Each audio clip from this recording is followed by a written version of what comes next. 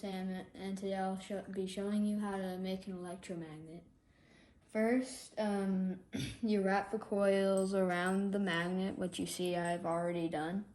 And then second, you put a rubber band around the battery.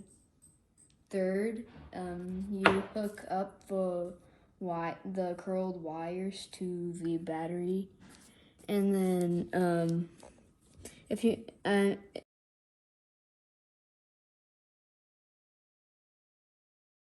I got some batteries from the store, C and D batteries, and I put, so how you assemble it is you wrap the wiring around a ferromagnetic object, aka something that isn't magnetic, but when an actual magnet is around it, it attracts.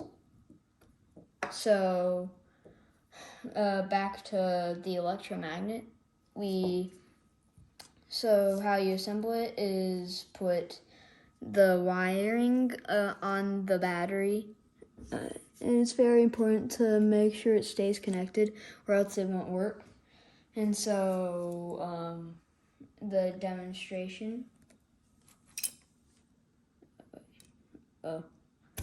looks like something happened.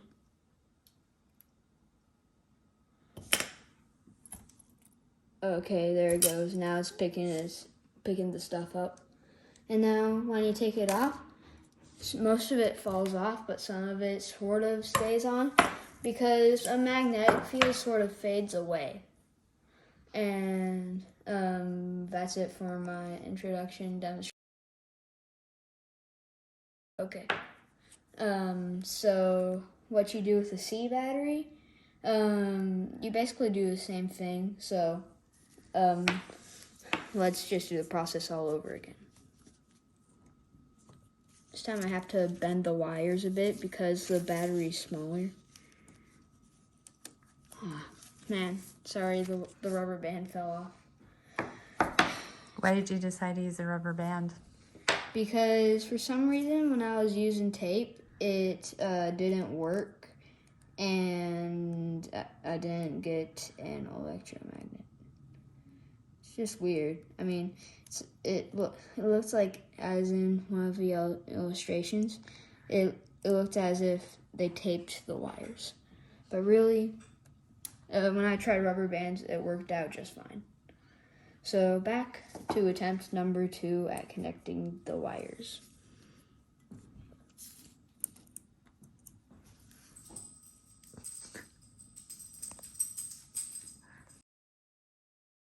How it works is that the coil is wrapped around the magnetic object, and also wires have a little magnetic field of their own when they're connected to a battery, but it's just not strong enough. So when you coil them around, it gets stronger, and it's pretty weak if you put it like against a paper or something, but if you put it against like a ferromagnetic material, like I explained earlier in this video, it does better. So that's my explanation on how it works. I'll ask you to cut that. Okay, go ahead.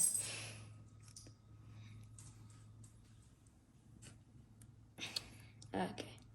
It just keeps falling off. This is also one problem with rubber bands, is they're not that sturdy.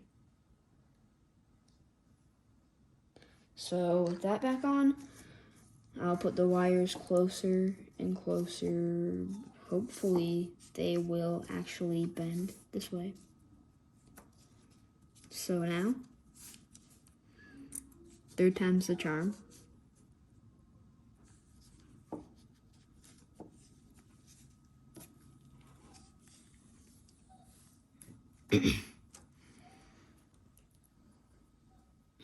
Maybe not the 3rd time.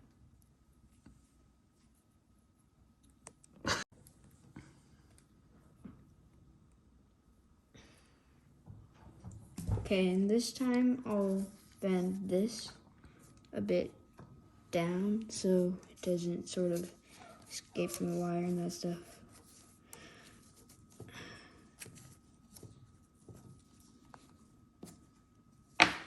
And we'll be bending this like that and this like that, because you don't really want it hanging off the sides.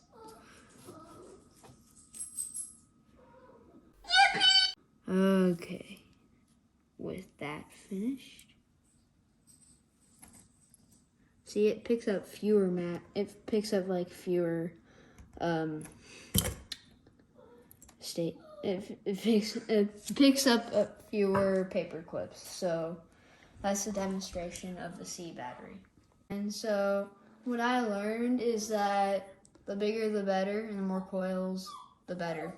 I mean, I already had more coils, but that's something I didn't learn in the video, so I should probably cut that up. So I learned that D battery is more powerful than C battery when you use electromagnets, probably because it's bigger. And yeah, yeah, that's pretty much what I learned. And why the uninsulated wire? Why the insulated one? Why use uninsulated wire? I mean, I also had some bad luck with insulated wire before too, so I used uninsulated wire. Okay.